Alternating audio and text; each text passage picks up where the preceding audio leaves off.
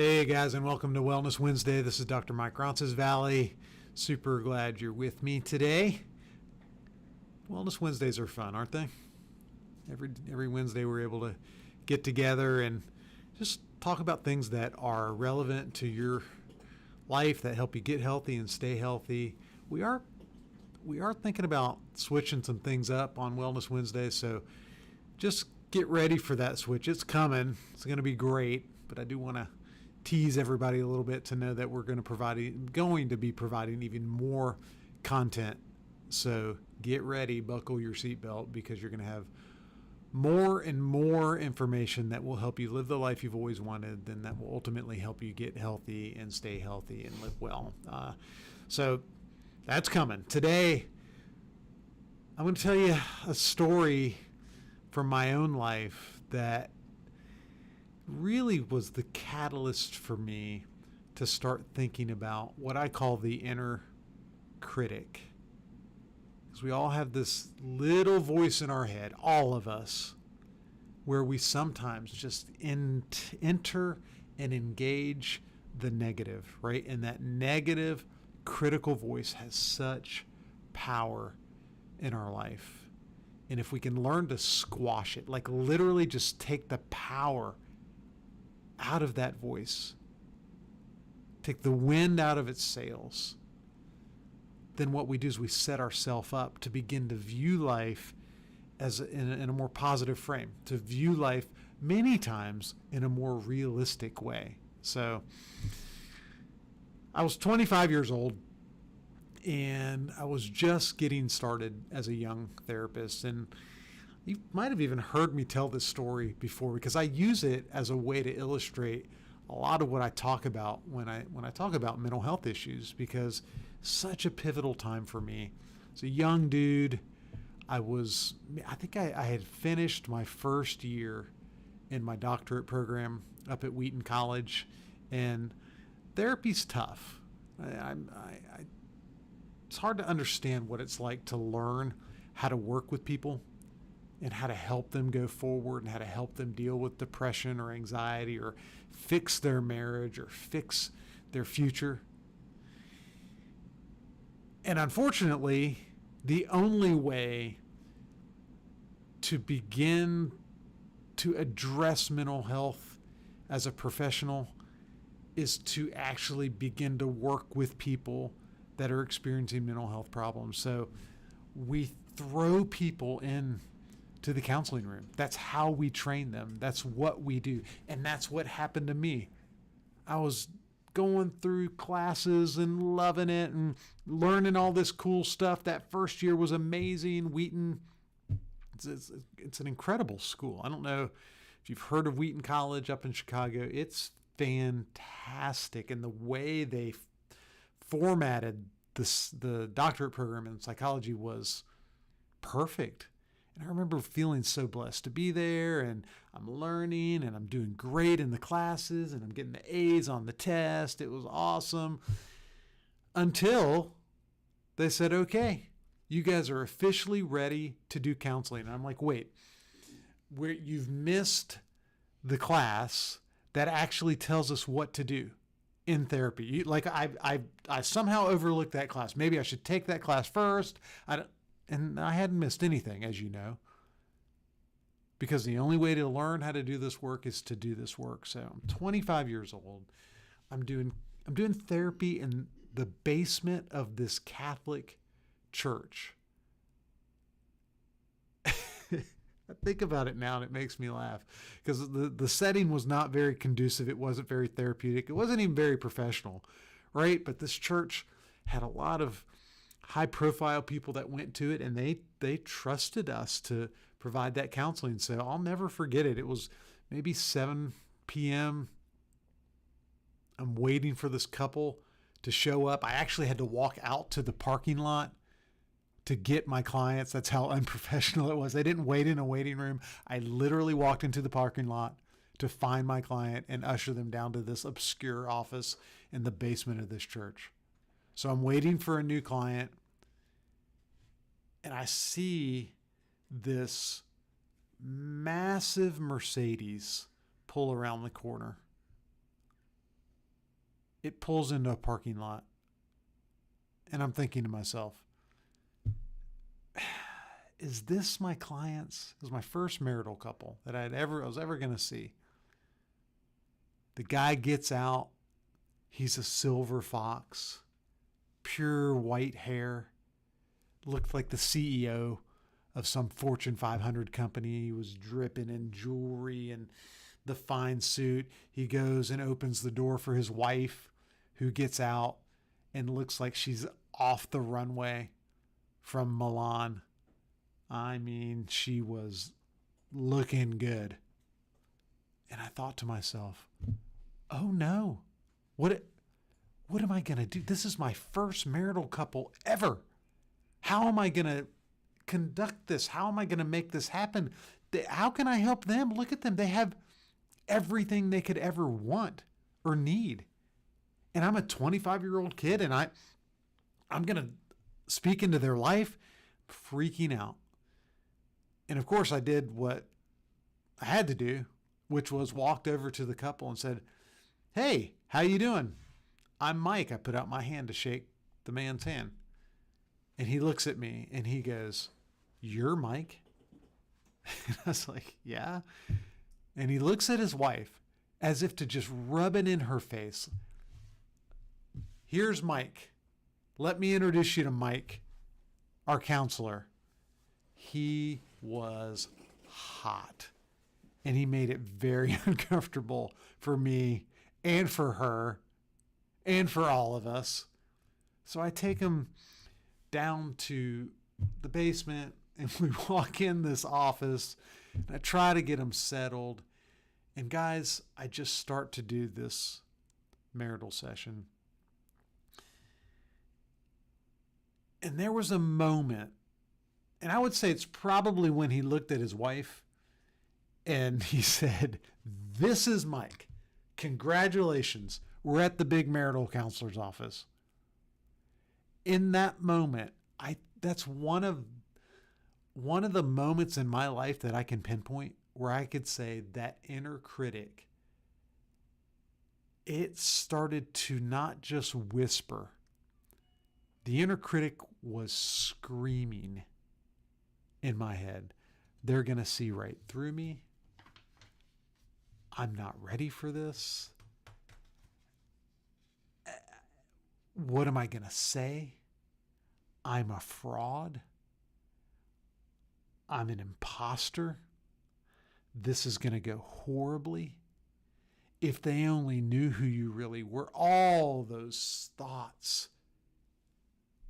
began to just run through my mind like I had pressed play on a tape recorder of the most negative things I could ever say to myself about me. And I hacked through that first session and I did my best, right? I just fake it till you make it, right? And that's what I did. And I had to process it. It was almost traumatic. And I'll tell you what happened with the couple in a minute, but I want you to understand how powerful that inner critic really was, because I was beating myself up.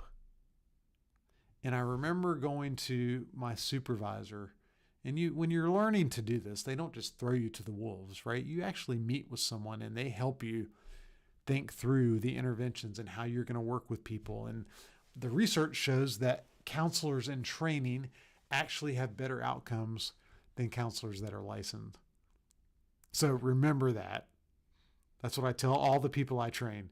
You might think you don't know what you're doing or what's going to happen next, but I'm telling you that what you're doing is actually going to be more effective than if you were doing this for 10, 20 years. So as I got through that session and I went to supervision, I began to understand what was actually happening. I began to understand how powerful that critic had actually been in my head. And what I experienced that day in session is something that we all experience, especially high performers, professionals, parents, people that are in leadership positions, people that are high calibration, people that are high IQ, deal with the inner critic much more than people that are not in leadership positions. So you need to know that. If you're a leader in any way, if you teach a class at school, if you teach a Bible study, if you're a parent, if you have a team at work that you lead, if you're in any way leading people, you need to know that that inner critic is worse for you than it is for most people. And we all have what I call that monster within, and that inner critic that undermines us. It shames us. It tells us that we're not good enough, that we're not smart enough, that we're not successful enough, that essentially we're just not enough. But here's the paradox. The monster exists to protect us. The voice that says, criticize yourself before someone else does. Push harder so you don't fail. Stay one step ahead so that you don't let the shame get you. It's actually protective. Does that make sense? Criticize yourself before someone else does. Control the situation. Protect yourself. And so the monster attacks us so we don't have to face rejection or failure from the outside world. Does that sound familiar? I know that many of you listening today are very familiar with the inner critic. You know what I'm talking about. You know what the monster within sounds like because you've listened to it for years and years and years. And maybe you've heard it in your own head after a hard day parenting, after a failed pitch at work, after a moment of vulnerability that goes wrong. And I want you to know that after that first session, I made a decision. I made the decision that I would use that condescending monster, that condescending inner critic as fuel. And I told my supervisor, look, the next time that voice talks down to me, I'm going to use it to study harder, to prove that I belong. And what my supervisor said in that moment changed everything for me. Everything. She said, Mike, using those self-critical messages will ensure that you approach your profession driven more by fear than by passion or inspiration. And that hit me like a ton of bricks because that had always been my MO, right? My job had always been, if in question, if uncertain, if I don't know what's going to happen next, if the critical voice is talking louder, double down, work harder, be better, prove to yourself, to that voice, and to everybody else in no uncertain terms that you're the man, that you've got this, that you can excel. And she literally looked at me and said, man, if you keep this up, you're essentially going to be miserable in this profession. Why? Because I would be driven more by the fear of failure than by my own passion or my own inspiration. And essentially, I had traded the joy of performing well and excelling for anxiety. And I had exchanged passion for pressure. And a lot of you do the same thing. You turn that monster into your coach. You turn the inner critic in your mind into your coach. But instead of building you up, it slowly drains you because you're never enough, right? Like if you double down on performance, I'm going to study harder, I'm going to be better, all you're doing is putting yourself in a situation where you've given that criticism more power to infect you and to steal and rob you from the joy and passion of your life. Why? Because you'll never be enough. You'll never be enough for the inner critic. So I want to normalize the idea that this monster within is there for all of us. It's especially there for you if you're a leader of anything. And after you can come to grips with that and come to some peace with that reality, you'll be in a position to begin to silence the inner critic. And I want to give you 4 strategies to silencing the inner critic, okay? Here's strategy number 1. Self-distancing. And the key idea behind self-distancing is to stop trying to silence the voice. You just want to create distance from it. So when we talk to ourselves in the first person, like, I'm a failure, I can't do this, it feels very intimate. It feels very personal. It feels very true. Just using that language, that first person, it's like you're talking to yourself in a way that you're defining truth, right? Like, I am not enough. It's a commentary on who you are. But language is important. And if you can shift your language to the second person or the third person, it makes a pretty big difference. So if you say things like, you've done hard things before, why give someone else power over your worth? Just that little shift in your language gives you some space. That's what self-distancing really is. And the research shows that it helps people think more clearly, it helps you regulate your emotion better, and it helps you make wiser choices. So think about it. Like, how can you implement this in your life? There's got to be an area of insecurity or uncertainty that you're dealing with right now. And can you reframe it using you rather than I? Just take a minute. Maybe it's your marriage. Maybe it's a relationship with somebody at the office. In exchange, I'll never be enough for her. I'll never be enough for him. What if you shift it to, you've been able to navigate difficult relationships before, and this is going to get better? It's pretty huge. And I don't want to overestimate the power of subtle shifts in language. I know it's more complicated than this, but cognitive behavioral therapy and outcome-based research is very clear. This kind of shift does make a difference. It's not that easy. I can't just think happy thoughts, and I know. But you can do what the research shows works, minute by minute, moment by moment. And so self-distancing is your first strategy. Quit using I. Quit personalizing it in that way. And allow yourself to say, okay, how can I use you? That second and third person. I'm going to speak into this situation rather than feel like I'm engulfed by it. Strategy number 2, normalize the monster.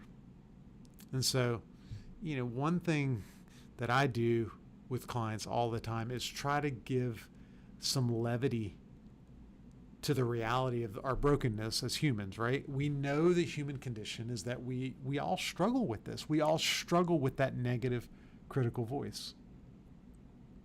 So when I'm working with people, I help them begin to say things like, oh boy, here we go again. Here's the monster. Here's the criticism monster doing his thing. He's at it again. Some people, it depends on the client. Some people will go for this, others won't. But you name it. You name it Karen, or you name it Billy Bob, or you name it Mr. Critical. And I know that's kind of corny, but it actually sort of works.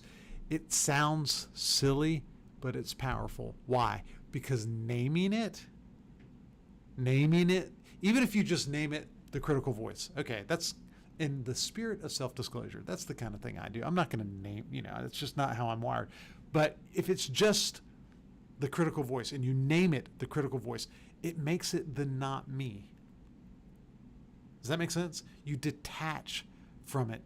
If the monster's voice is expected, if you normalize it, it's no longer terrifying. It's like hearing your neighbor's dog bark again. Is it annoying? Yeah, it's sure, but it's not something that is gonna catch you off guard, and it's not gonna feel overwhelming. It's just gonna feel like, okay, this is what happens, and I know what I do, right? Our goal is to normalize the inner critic and to make sure that we don't personalize it.